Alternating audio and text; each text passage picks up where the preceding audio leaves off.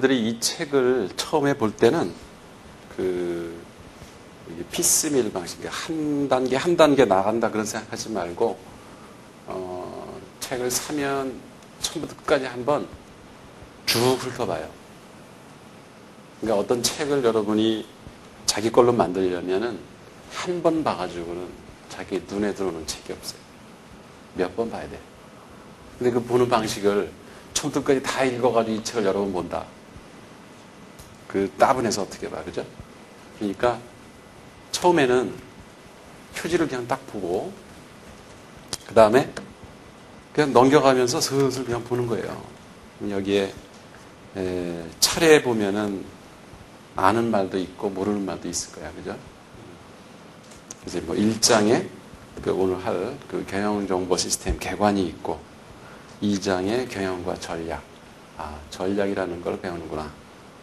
그다음에 3장에 가면은 의사결정 모델. 사람이 판단하고 의사결정하는 그 과정을 우리가 또 공부하나 보다. 그 다음에 4장에 가면 시스템 이론이라는 게 있어요.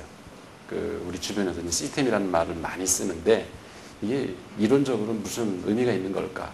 여기에 대해서 이제 5장에서, 그러니까 4장에서 공부하고 최종 사용자 전산, 이게 무슨 말인지 모르겠다. 이런 것도 하나 보다. 6장, 데이터베이스. 이제 공대에 있는 학생들은 좀 들어본 말일 거예요. 그죠? 데이터베이스. 의사결정 지원 시스템. 데이터 웨어하우징. 데이터란 말이 참 많이 나오네요. 그죠? 무슨 전문가 시스템. 임원정보 시스템. 시스템이라는 게 여기저기서 나오고, 전자상거래. 많이 들어보던 건데, 나도 쇼핑몰 하는데 그것도 전자상거래인가? 이런 단어에, 일단 큰 단어에 이렇게 관심만 갖고 보면 돼. 전사적 자원계획. 뭔지 모르겠다. 그냥 넘겨요. PPR? 이게 뭐냐? 그 다음에 지식경영. 지식을 어떻게 경영하는지 배우나 보지? 정보자원관리. 정보자원도 어떻게 관리하나 보다. 그 기법이 있나 보지. 이렇게 그냥 피상적으로 넘기는 거예요. 내용을 모르더라도 그리고 정보시스템 개발 이런 게 있네, 이 책에는. 그리고 이 책을 그냥 이렇게 슬슬 넘기면서 그림이 있으면 그림 감상하고 큰 제목이 있으면 큰 제목을 그냥 보면 이거 다 넘기는데 얼마나 걸리겠어? 길어야 한 10분, 그죠? 10분이면 이 책을 한번 볼 수 있단 말이에요. 그러면 여러분이 이 전체 책의 프레임워크, 그 틀을 일단 처음에 보는 거예요. 한번 볼 때. 우선 여러분이 책을 사면 그런 식으로 보세요. 그러면 이 책이 남의 것 같지가 않고 무슨 비밀이 숨어 있는 게 같지가 않고 이건 내 손에 들어왔구나라는 느낌이 들어요. 여러분이 어떤 건물 같은 거 감상하잖아요. 유적답사 같은 데 가서 불국사 이런 데 들어가서 본다. 그럴 때 그냥 처음에 문지방 들어서면서부터 이건 무슨 문양인가 이렇게 설명 들어가면서 재미 하나도 없어요.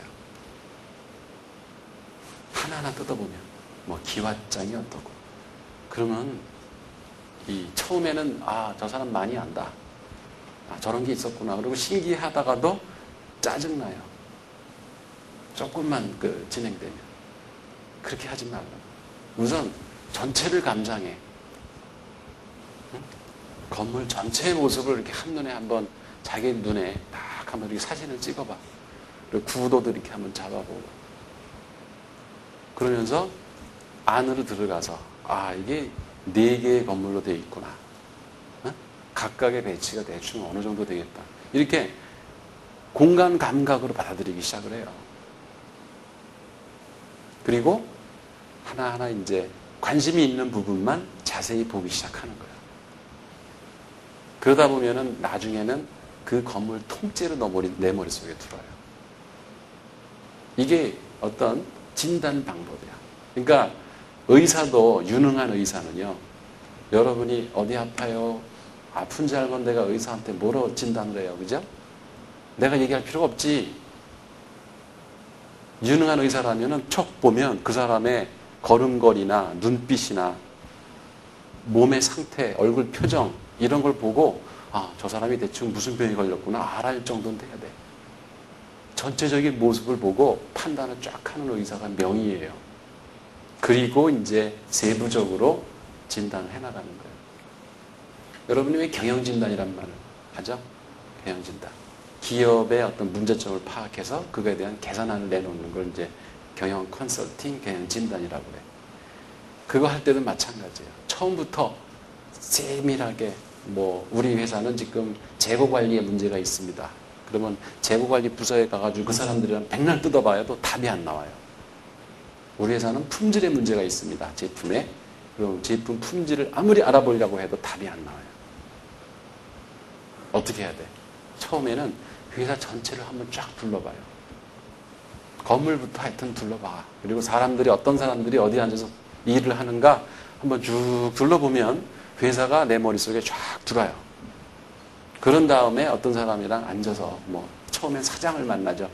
사장한테 얘기를 한번 들어요. 이 회사가 무슨 일을 어떻게 하는지. 그러면은 이제 벌써 한 반은 이해가 돼요. 이 회사가 무슨 일을 하는 회사구나. 그 다음에 영업부장, 생산부장, 판매부장, 재고관리부장, 무슨 연구소장 이런 사람들을 헤드만 몇 명 만나면 그 회사 어느 직원보다도 그 회사 일을 훤하게 알게 돼. 며칠 만에. 이걸 뭐라 그러냐? 우리 책에 보면은 5장에 시스템 이론이 아까 나온다 그랬죠? 이게 바로 시스템적 접근 방법이라고 해요.